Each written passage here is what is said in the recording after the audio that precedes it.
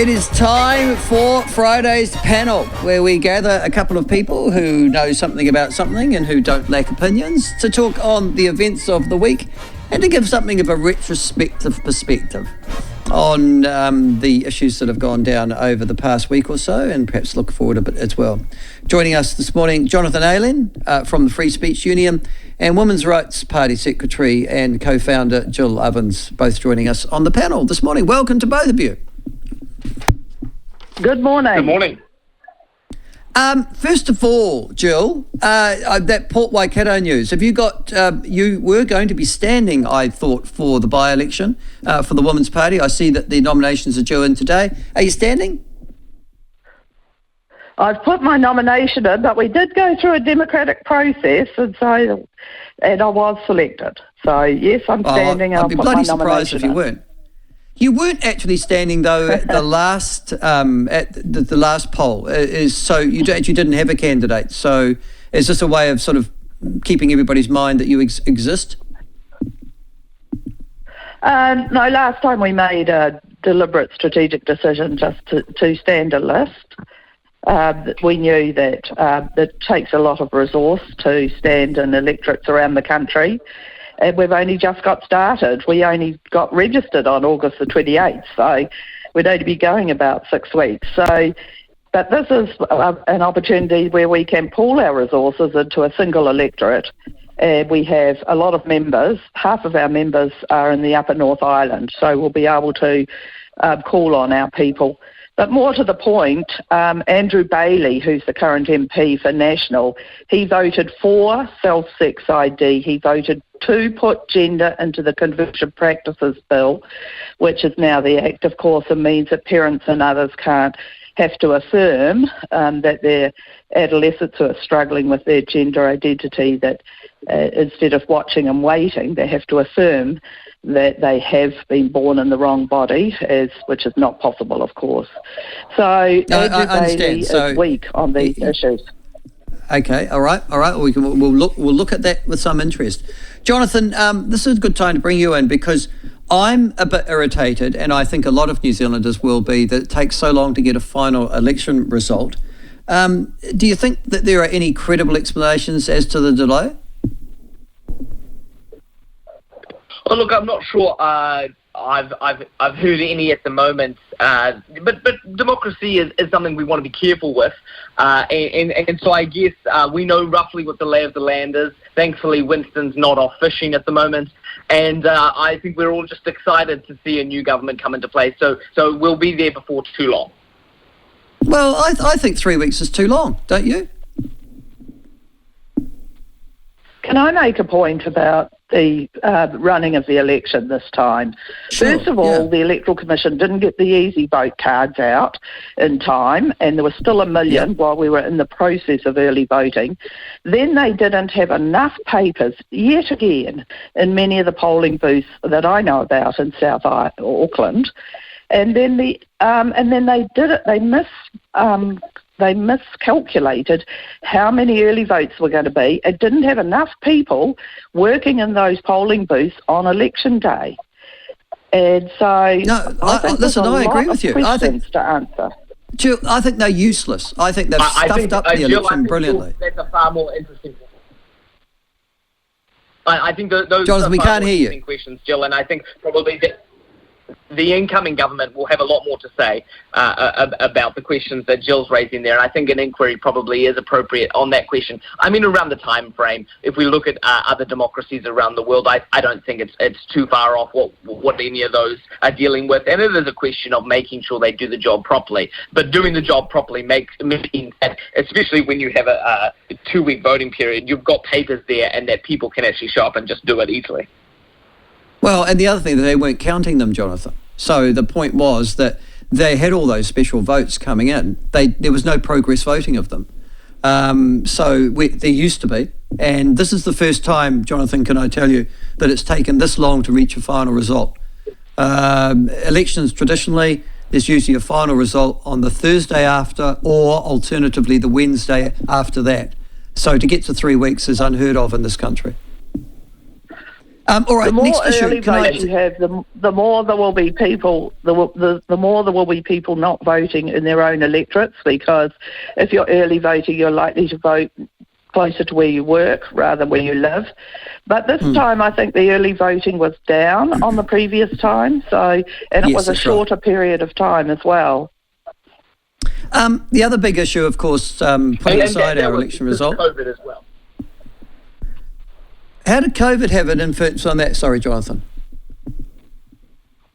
Well, during COVID, they opened up more voting booths so that people didn't have to stand in queues and possibly share germs and that kind of thing. So there was a higher voter turnout during the early election period. It is up on the 2017 numbers. Look, I'm certainly not here to defend the Electoral Commission. I think these are very fair questions. And if I can jump back earlier, Jill, to what you were saying, I'm thrilled to hear that you're standing in the Port Waikato by-election. I think this is a really strategic move for the interest groups that you're representing, because the interests of the nation will be on one electorate, and you can have a really strategic engagement. This is what Posey Parker, and I'm sure you're well aware of this, Jill. This is what Posey Parker is doing by standing in the same electorate as Sir Keir Starmer to try and draw attention to one particular issue that many people around the country are very interested in. So bravo to you guys. Well, Jonathan, can I ask also a question? Posey Parker, so I just need to make that point. Yeah. Can I, Jonathan, actually it's a very good time to bring in you on talking about free speech. Over the last week, in particular, there have been the enormous reactions internationally, but also in New Zealand as well, around the Hamas attack on Israel and Israel's response. The Free Speech Union's position on the protests in regards Gaza, where protesters have chanted "Gas the Jews" and similar. Does the Free Speech Union have a view on whether or not that contravenes the basic principles of? Yes, we do, and it's. I don't know if it's possible to avoid cliches in this moment, but I hope your listeners will hear me. Words do not express the incredible horror that even those in our team and those on our council have seen and felt at the events that are unfolding over there. As you know, Michael, a number of the governance members of our council are very involved in the Jewish community, and they are heartbroken and desperate during this time. And so I want to be careful as I speak about this, because it is such a fraught issue. We work to hold the level of incitement to violence very high, because we don't want people like Posey Parker, when she says, well, maybe we need a man to stand with a gun at a bathroom door. We don't think that should count as incitement to violence. We don't think individuals like Tusiata Avia's poem, that should count as incitement to violence, because this is how speech can so quickly become controlled, and opposition to free speech can be weaponized. And so the protests we've seen in New Zealand, as far as we've been able to see legitimate protests, although they are expressing an opinion, I personally have no problem utterly condemning, and I find totally deplorable. The question of gas the Jews, which I think was a chant in Sydney, is getting relatively close to that level of incitement to violence. And so this is an ongoing question in our team, and I have raised it with our team a couple of times this week to go, okay, are we really precise on where this line is? The jurisprudence that's come out of the United States says that incitement to violence has to be imminent, and you have to have the capacity to actually go and implement it. And so I think we should work to maintain that high level, but things like F the Jews, horrible sentiment, should be allowed to be expressed, not least because then we know who the true bigots and the neo-Nazis and the racists are in our communities. Then we know who it is we're fighting. Free speech lets us see who our opponents are and work more effectively to counter them. And so we need to allow people to show us who they are, show their vile opinions on this, so that we can actually see that, call it out, and counter it. What do you think, Jill? Does that accord with your views, or do you think that there should be some greater stricture? I think that's probably accurate, what Jonathan is saying. But I think there's been that sort of slogan on both sides in these protests I've seen, are pretty horrific. sentiments expressed. And we've had the same thing here in the transgender community, making vile statements of a similar ilk, and that's not acceptable in my view. But okay. The situation... But Jonathan's argument essentially is that it's a safety valve, Jill. So his essential argument is you self-identify as somebody as, as vile because of, but you should still be allowed to say it, because the moment you start clamping down, you start to impose, it's just a slippery slope. Well, they show their true colours, and of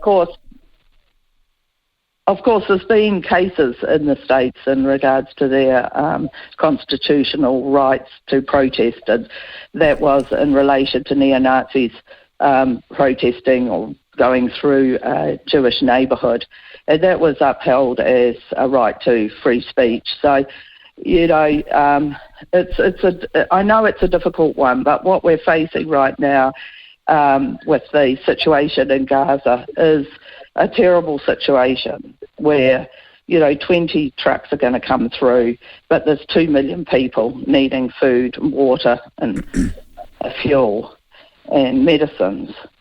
But as the Israeli spokesperson pointed out to us yesterday, there's no guarantee that those trucks are going to reach those people for whom it's intended anyhow, given that Hamas control the Gaza Strip. So is it, I guess one of the things that I've heard from a lot of people interested, Jonathan and Jill, is whether or not New Zealand's appropriate response is appropriate. We just go, listen, we say fine words, we send some money, to $1 million, I think, towards humanitarian or United Nations humanitarian aid, and we just say, thank God it's not us. What's your views on that, Jonathan and Jill? Look, what I would say is that there is a difference between sovereign nation states acting against military targets, terrorist organizations responding, and the targeting of civilians. And so, of course, I mean, these sound like platitudes, but unfortunately, it continues to need to be insisted. Civilians are not legitimate targets. There is a question, though, that when military personnel and terrorists are hiding out amongst civilian outlets, what is a sovereign nation supposed to do? And this, Michael, is where we're not going to solve this problem today. Even though there's probably a variety of opinions in this discussion, it is incredibly complex. I don't know how anyone wins, and so that is why we must continue to insist that dialogue and the ability to express ourselves freely is central to any possibility for people to live in peace.